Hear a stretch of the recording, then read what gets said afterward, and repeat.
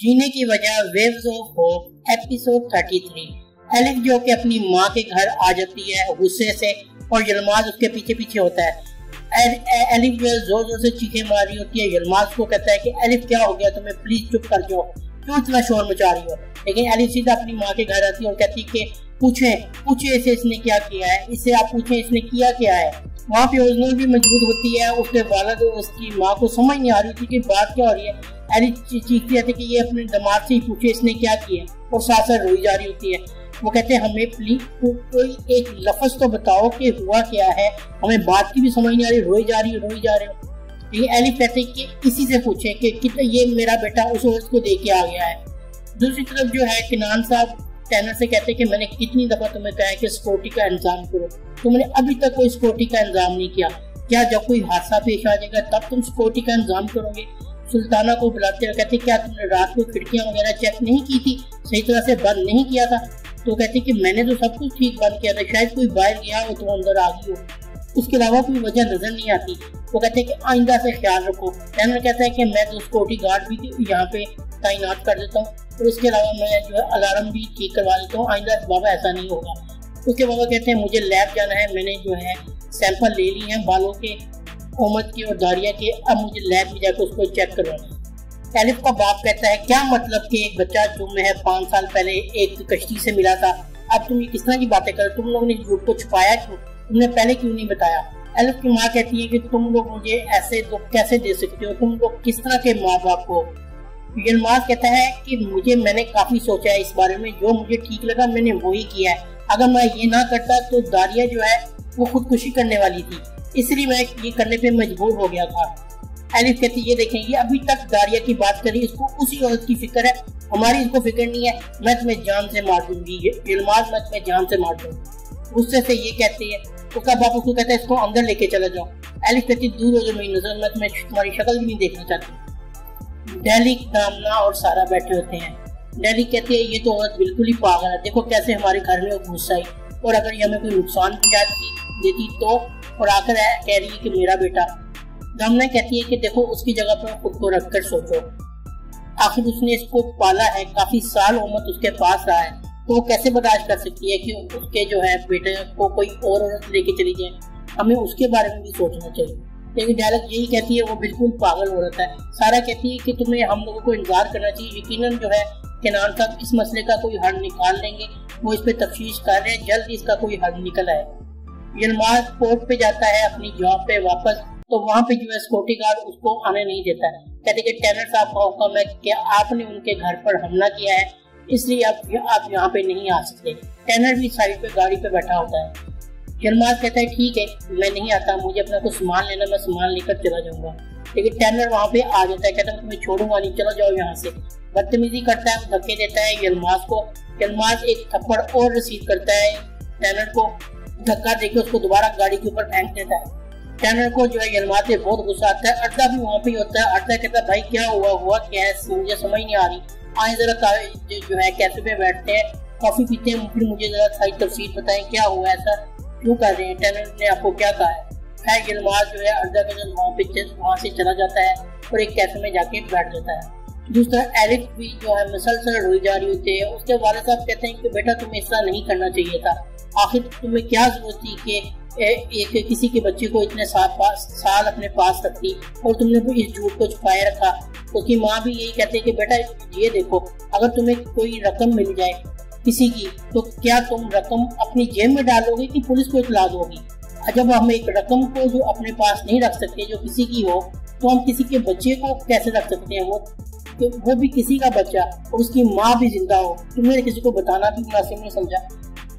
यानी कि वो माँ बाप जो है एलिफ को कह रहे होते कि तुमने ठीक नहीं किया, और वो भी यही कहती है कि जो है एलिफ तुमने ठीक नहीं किया, एटलीस्ट तुम्हें बताना तो चाहिए था।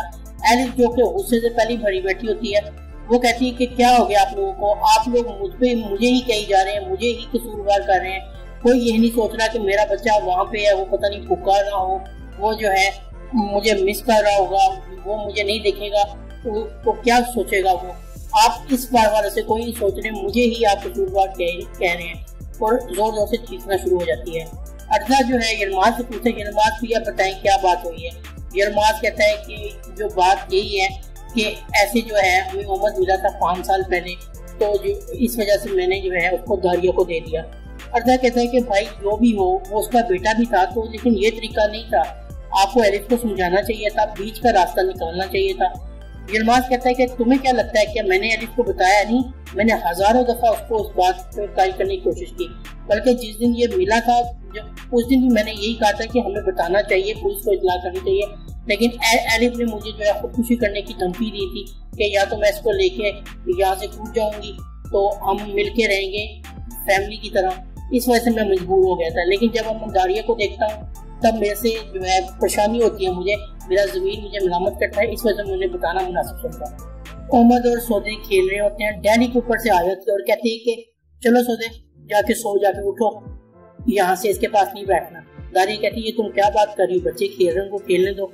डैनी कहती है कि मैं तुम्हारी तरफ जो है बातों में नहीं आने वाली, तुम ही अपने ख्वाबों ख्यालों में रहो, मैं इस गेम का हिस्सा नहीं बनने वाली। दारिया कहती है कि उनको खेलने दो, तुम जाओ। वो आ जाती है। एलिफ की माँ जो है रो रही होती है, वो कहते हैं कि एलिफ इस तरह कैसे कर सकती है मेरे साथ। उसका मैं कहते हैं क्या तुम अपनी बेटी को नहीं जानती? यकीनन यलमाज ने बहुत दफा कोशिश की होगी, उसी ने जो है रोका होगा यलमाज को और इस जो सच को बताने के लिए। अभी वो बात कर रही होते हैं कि 2 बंदे आते हैं दरवाजे पे और कहते हैं कि मिस्टर कनान साहब जो है वो आपको बुला रहे हैं, आपसे मिलना चाहते हैं। कनान साहब सारा से कहते हैं कि चंद ही दिनों में रिजल्ट सामने आ जाएगा, लैब में मैंने टेस्ट भिजवा दिए हैं, फिर जो है सब क्लियर हो जाएगा कि कौन सच्चा है कौन झूठा है। अगर ये दारिया का बेटा हुआ फिर ये दारिया के पास ही रहेगा, फिर मैं खुद उस खतून से बात करूंगा। उसी टाइम टेलर की कॉल आ जाती है, वो कहते हैं कि मैं कोर्ट पे हूँ, यलमाज यहाँ पे आया था और मैंने उसको ऐसा सबक सिखाया कि वो याद रखेगा, अब जो है मैं यहाँ पे हूँ। किनार साहब कहते हैं सिक्योरिटी वगैरह का सारा ख्याल रखना, तुम हर तरह से सब काम संभाल के रखना। टेलर कहता है कि आप फिक्र न करें, मैं यहाँ पे मौजूद हूँ। एलिफ जो है मुसलसल रो रही होती है और उसको कहती है कि एलिफ तुम परेशान ना हो, तुम जरूर उससे कभी कभी मिल सकोगी। एलिफ कहती क्या मतलब कभी कभी, उसकी जगह यहाँ पे है मेरे पास, वो उसकी माँ नहीं है, मैं ही उसकी माँ हूँ। इतनी देर में जो यलमाज भी घर आ जाता है और नूर ये यलमाज को देख के कहती मैं चलती हूँ अपने घर। यलमाज आकर उसके पास बैठता है और कहते हैं कि एलिफ मुझे पता है तुम मुझसे नाराज हो, तुम मुझसे गुस्से हो, लेकिन मैंने जो किया है ठीक किया है। एलिफ आगे से कहती है यलमाज तुम्हें पता है कि मैं तुमसे बहुत ज्यादा प्यार करती थी, मैंने जब तुम्हें पहली दफा देखा तो उसी टाइम पहली नजर में मुझे तुमसे प्यार हो गया और मैं तुमसे सोचा यही सोचा कि यही वो बंदा है जो मेरे ख्वाबों का शहजादा है जिससे मैं शादी करूंगी। लेकिन आज जो तुमने मुझे दुख दिया है, मेरी जिंदगी को तबाह करके रख दिया है, मैं तुम्हें कभी माफ नहीं करूंगी। इससे अच्छा तुम वैसे ही मर जाते, मुझे ये तो पता होता कि तुम दुनिया में नहीं हो, लेकिन तुम मुझे ऐसा तो दुख ना देते। यलमाज कहता है देखो मेरी बात सुनो, क्या मैंने तुम्हें बहुत दफा बताने की कोशिश नहीं की कि हम इस पे बात करें, तुम बात करना ही नहीं चाह रही थी। और जो है एलिफ फिर रोने लग जाती है और रोते रोते जो है यलमाज के गले लगती है।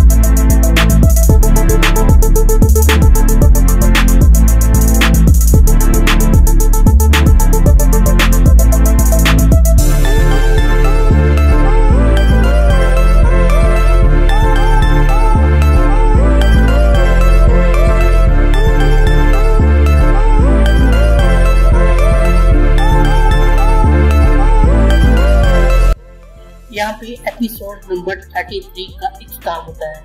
ये ड्रामे का शॉर्ट रिव्यू था। उम्मीद है आपको पसंद आया होगा। अगर आपको ये वीडियो पसंद आई है तो वीडियो को लाइक जरूर कर दें और चैनल को सब्सक्राइब करके हमारे मुश्किल फॉलोअर बन सकते हैं। तो नेक्स्ट वीडियो में अल्लाह हाफिज़।